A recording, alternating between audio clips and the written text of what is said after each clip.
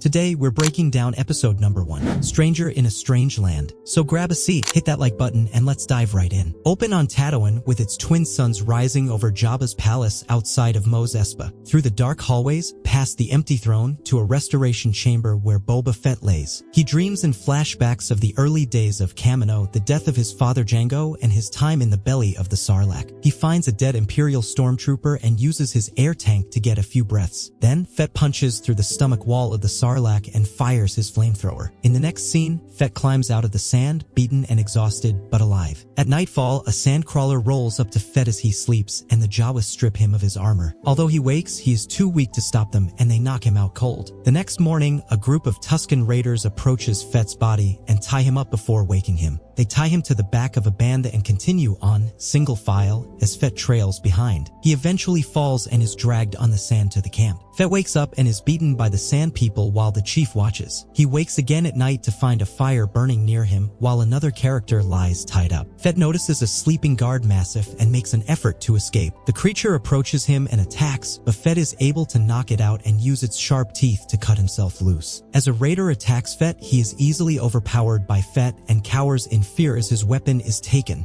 Fett runs and the creature wakes up to give chase. As Fett fights the massif, the chief approaches and calls it back. Another Tusken then approaches Fett for battle. Fett takes several hits and is taken down with little effort. Fett is stomped down and goes back to sleep. In the present, Boba Fett is awoken by Fennec Shand. He suspends his healing session in the chamber and gets out. He tells Fennec his dreams are back, but she reminds him of the business they have to attend to. She tells him they are lined up to pay their respects. Fett is armored by droids into his outfit, which he wears to the throne. He is presented with a gift of money from a being whose language he doesn't understand, nor does Fennec beyond the word friendship. Fett comments that they need a protocol droid. They are presented with a former employee of Fett's, Doc Strassi, leader of the Trandoshan family. Strassi greets Fett by his title, Daimyo. They are then greeted by the Mos Espa mayor's majordomo, much to Fennec's chagrin. The majordomo tells them that the mayor offers his humble welcome to Mos Espa as his tribute. Again, Fennec balks at his nerve to offer no tribute. He responds that the mayor offer his welcome and apologies that he is taking care of pressing matters in lieu of appearing personally. Before being dismissed, he asks Fett about the matter of tribute, indicating that the mayor expects to be paid. Fennec offers to kill him there, for Jabba wouldn't tolerate such insolence. Fett declines both. The majordomo accepts openly but warns that the mayor may feel differently and that there may be another delegation in the near future. 2 Gamorrean guards who did not surrender upon the death of Bib Fortuna are brought to Fett as tribute from his attendant droid. Fett refuses to torture them and instead offers to spare their lives in exchange for the same loyalty they showed their previous masters. The Gamorreans both take a knee, though Fennec thinks it is a bad idea. As Fett and a small group enter the city of Mos Espa, Fennec reminds him that it will be easier for him to be accepted if he were to adopt the ways of the Mos Espans. In a cantina, Fett removes his helmet and Fennec tells the server droids that they have business with Garsa Fwip. 2 Twi'lek servants approach and offer to clean their helmets. Fennec refuses, but Fett accepts on behalf of them both, citing Fennec's advice. Madame Garsa personally welcomes them to the cantina, called the Sanctuary. Boba Fett introduces himself and Master Assassin Fennec Shand to Garsa, announcing that he is Bib Fortuna's replacement. Garsa apologizes for not recognizing his litter. Fett informs her that he wasn't carried in on a litter, something else that Fennec told him about. Fett tells Garsa that her business will continue to thrive under his watchful eye. Garsa thanks him for visiting and tells him that he is always welcome, as the establishment is his. Fett and Fennec both receive their helmets back, filled with coins. On their way out, Fett comments on Jabba's many vassals and how much ground they need to cover in order to keep his empire intact. He talks about his intentions to rule with respect rather than fear, as Fennec tells him that fear is a sure bet in difficult times. Just then, they are attacked by a group of soldiers who cause Fett to drop and lose his helmet. The guards come to their aid and help the 2 to subdue the attackers, though several flee. Fennec pursues the last 2, under orders by Fett to bring them back alive. She kills one and brings back the last one. Fett is brought by the guards back to his back-to-pod, where his dream flashback resumes. Fett is woken up and untied from his post, then made to stand up by a Tusken child. He is chained to a Rodian prisoner by the ankle, and the 3 make their way through the desert, followed by the Massif. They approach a moisture farm. This is being robbed by a gang of humans. They are led to a spot to dig for water pods. While he naps, the Rodian discovers a large subterranean sand creature that knocks the Massif away and ills the Rodian. As it starts to attack Fett, the Tusken saves him. Fett is is eventually able to get his ankle chain around the creature's neck and chokes it to death. The Tucken child is overjoyed to bring back the head of the creature to the camp. The chief noticed the child retelling the story. As the tribe gathers around the youngling, the chief offers Fet a drink from his pod. Fet proudly drinks from it, understanding that he is now accepted by the Tuskens.